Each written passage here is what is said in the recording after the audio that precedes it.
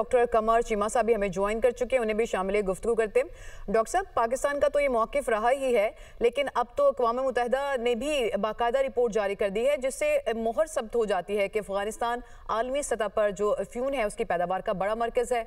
आप किस तरह से सिचुएशन को देखते हैं? बहुत शुक्रिया। देखिए जी, यूनाइटेड नेशंस ऑफिस ऑन जो ड्रग कंट्रोल है उसने तो अपना काम कर दिया, लेकिन क्या सिर्फ रिपोर्ट ही जारी होगी या इसके खिलाफ कोई एक्शन भी लिया जाएगा? अब देखें, ये अब ड्रग से कौन मुतासर हो रहा है? Neighbouring countries. सबसे ज्यादा तो हमारा मुल्क मुतासर होता है, क्योंकि अफगानिस्तान तो अपने बॉर्डर को कंट्रोल ही नहीं करता।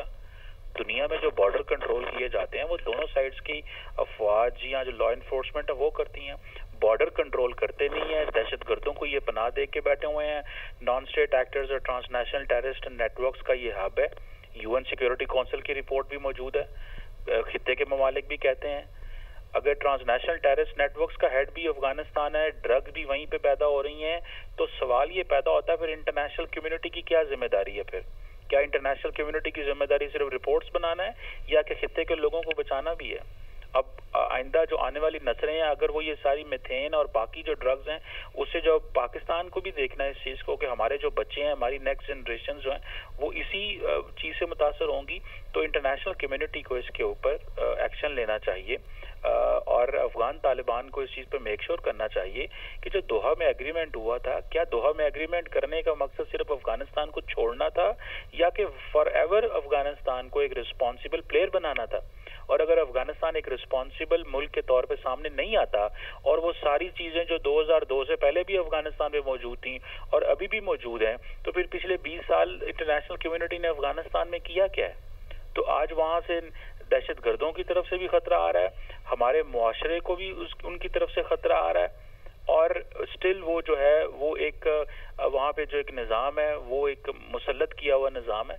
मैं समझता हूँ यहाँ पे पाकिस्तान के हद तक तो हम ज़ाहिर बात है बहुत कोशिश कर रहे हैं, और ये जो फिर सिर्फ मसला ये नहीं है कि ये टेररिस्ट हैं, ये इन ड्रग्स का सहारा लेते हैं और ये ड्रग्स को वो टेररिस्ट भी बेचते हैं। फिर उनके पीछे फिर हमारी साइड पे भी बहुत सारे ऐसे जो लोग होंगे, शायद वो बच्चों को जो है इन चीज़ों में लगा देते हैं।